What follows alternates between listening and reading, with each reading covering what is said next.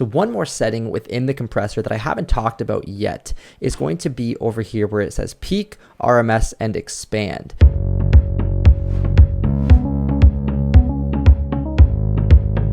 So the peak is going to generally grab the peaks that are coming through the sound. So it's pretty much anything that passes the threshold, depending on how hard your ratio is, and your attack and release times will be affected. But the difference with RMS is that it's more of an average sound. So it's root mean squared, which takes into account a longer period of time. Not just peaks, but actually more of the sound.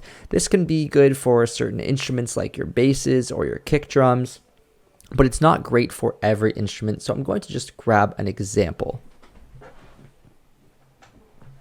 So let me just grab maybe a bass sound here, or I can actually just go to the wavetable below, and I'll get rid of, okay, what is this?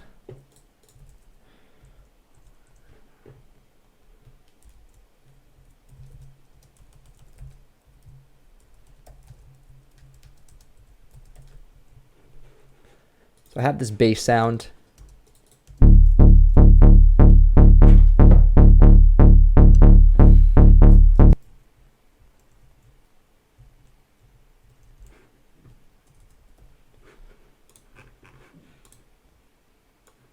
So I have this bass sound.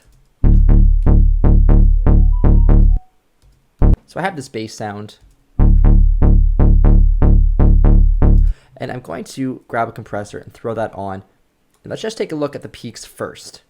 So I'll put my attack all the way to 0.01, ratio up all the way. So it's just going to compress pretty much everything. And we're getting a really hard compression there. But if I change this to RMS, we're getting way less compression. Peak, RMS. So it's definitely significantly less, but it is more of a, I guess, not so aggressive compression. It doesn't sound so obvious that we're compressing. It doesn't grab as quickly and as hard.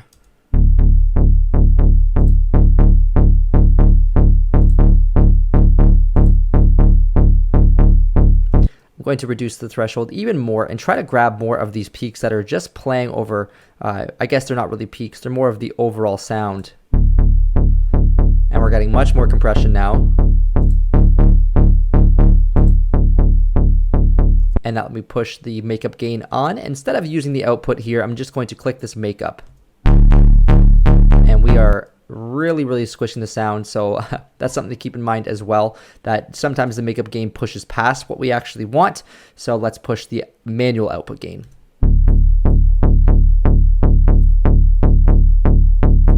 And there's a reason for this. See how I'm clipping now and you can hear that distortion? That's most likely because we have peaks that are actually getting through and not being compressed with this compressor. So if I switch this compressor to peak and I just bring that threshold up, turn the output gain back down, look how aggressive these peaks are now. So before and then after. So we're getting even more of these peaks coming through, which isn't really what we want, because then we're going to be turning up all these peaks and it's going to get very punchy, and it's not going to sound good because then you're going to be clipping it and getting distortion. So RMS is not nearly as popular as compression for reasons like this, but it's better for longer sort of instruments. So if I were to increase the sustain of this and maybe turn down the cutoff a little bit, and increase the sustain. Maybe I'll actually just increase the length of these notes as well. So it's just one long, consistent note.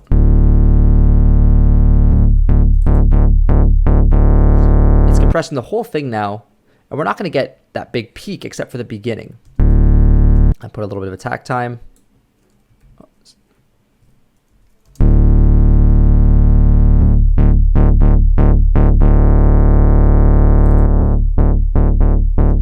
And I can reduce this a little bit.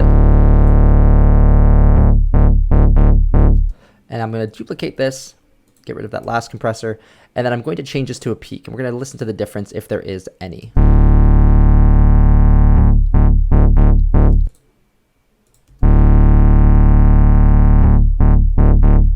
Pretty hard to tell.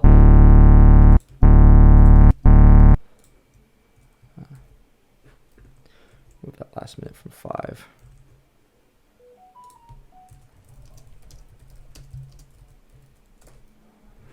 Okay.